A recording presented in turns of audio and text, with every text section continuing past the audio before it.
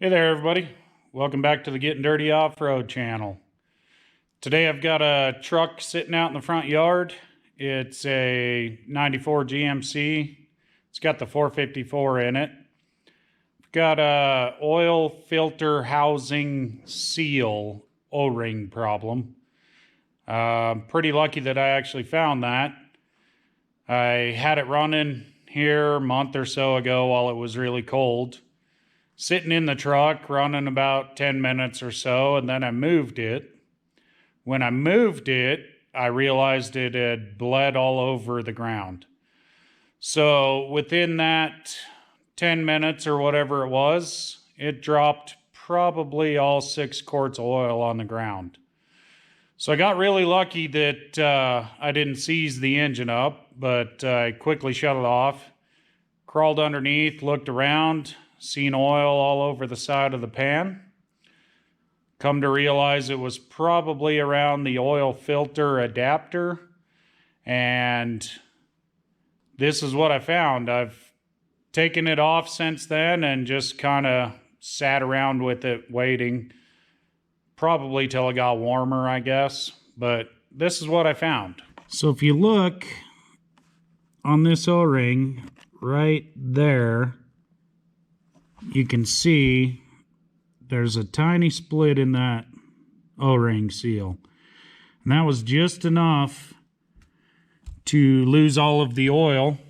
And lucky me, like I say, I didn't seize the engine up. So we're going to fix this guy.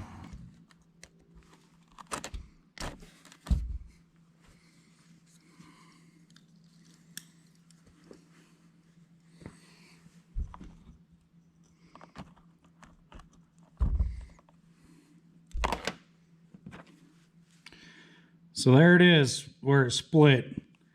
This thing is really hard, pretty brittle. Definitely bad shape. That's one downfall to the side-mounted filter housing adapter situations. They rely on one O-ring, and over time, they'll split out, you'll lose all the oil, you'll seize the engine up.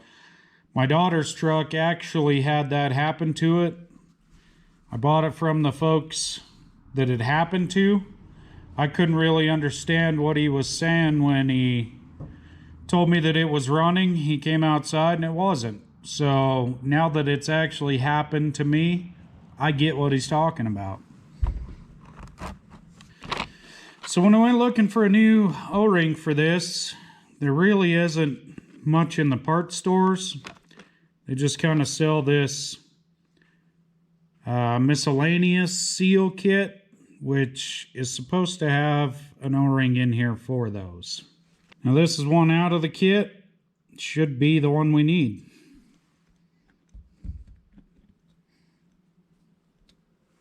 So that looks like it's the one that fits it. I'm just gonna put a couple dabs of silicone on there to hold it in place.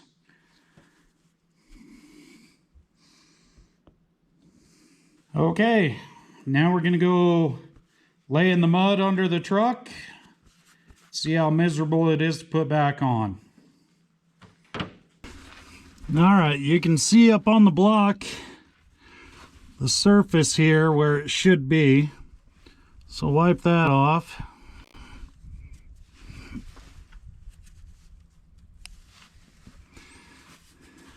And we'll fish this up through there.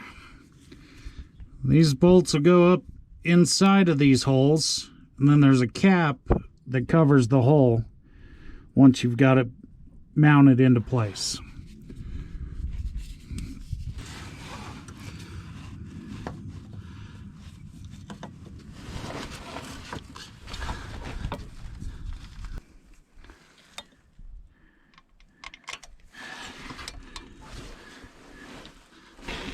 So it's not exactly the easiest thing to do, laying on the ground. Big sheet of ice. I don't really know what I'm doing. I'm gonna do it anyway.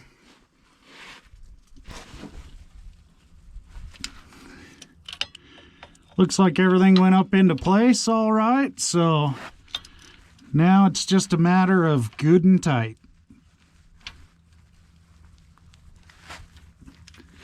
So now these plug cap thingamajigs, they twist in just below the bolts that hold the adapter up there. And then this, you would think you could just fit an extension in the end of that, but it's the wrong size. So I have found me a screwdriver that works pretty good.